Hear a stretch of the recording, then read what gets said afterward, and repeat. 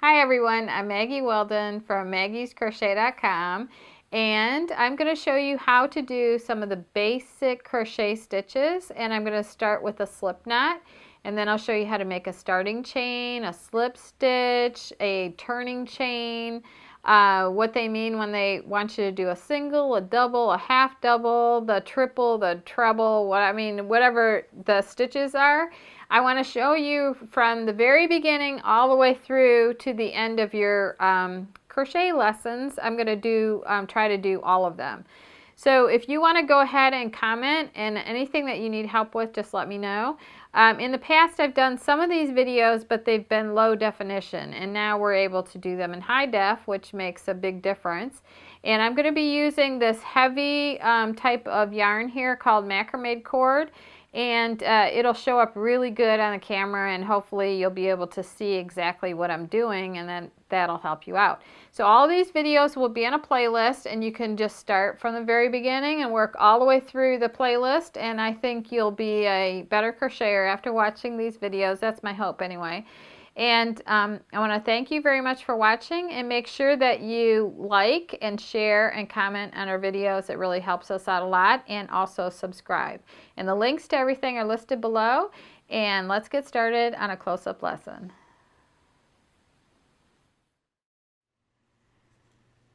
So in this video, I'm going to show you the back loop and front loop of a stitch. Right here I have a row of single crochet stitches, and I'm going to use this little needle here to point this out to you.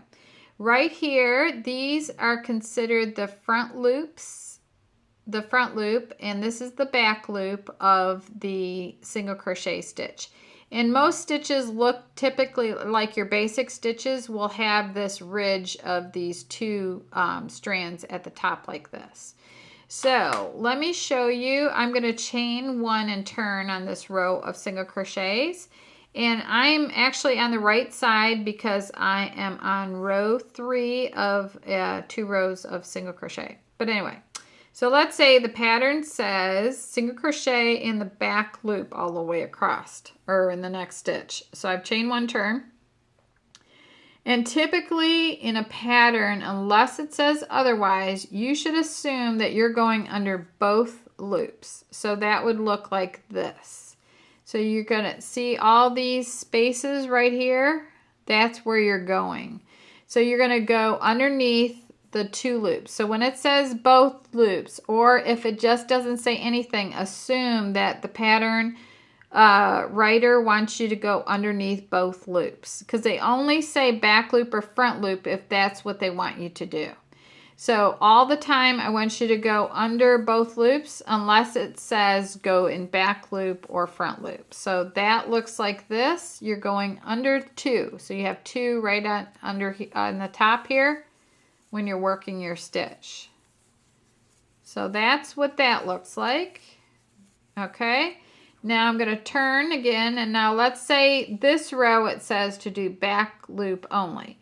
So instead of going underneath both, I just go in the back like this, and I yarn over and complete my single crochet, but only in 1 loop. I don't have 2 loops up there. So it's just like this all the way across. And what that does is it creates a ridge of loops that adds a lot of dimension to your crochet. So just like that. And or sometimes you have people, crocheters, work in the back loop so that you can come back and work in the unused loops. So sometimes a pattern will say working in the unused loops of row 3. So this is what they're talking about. These are the unused loops of row 3 right here. So, okay, now I'm going to turn.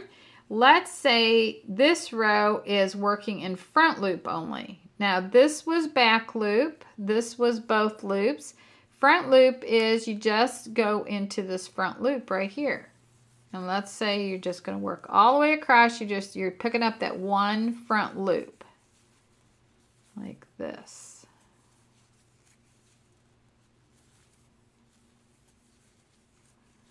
Okay, now on the other side, so you don't see anything here. You don't see that ridge like you saw on the other side, but when you turn it, let me chain one and turn, look. You've got the other row of loops that were not used in this row right here. So sometimes if you, in a design, you want the loops, the ridge of loops to show up on every single row, then you would do your pattern like that. But typically it alternates back and forth where you're only doing back loops throughout the whole thing. And then when you do that, it lands up being every other row creates a ridge. So that would have looked like, so let's say this was back loop only. So you see a lot of hats done this way where you work in single crochet stitches, and this will work with any stitches though. I could be double crocheting in the front loop or the back loop. It didn't really matter. So now if I'm only creating,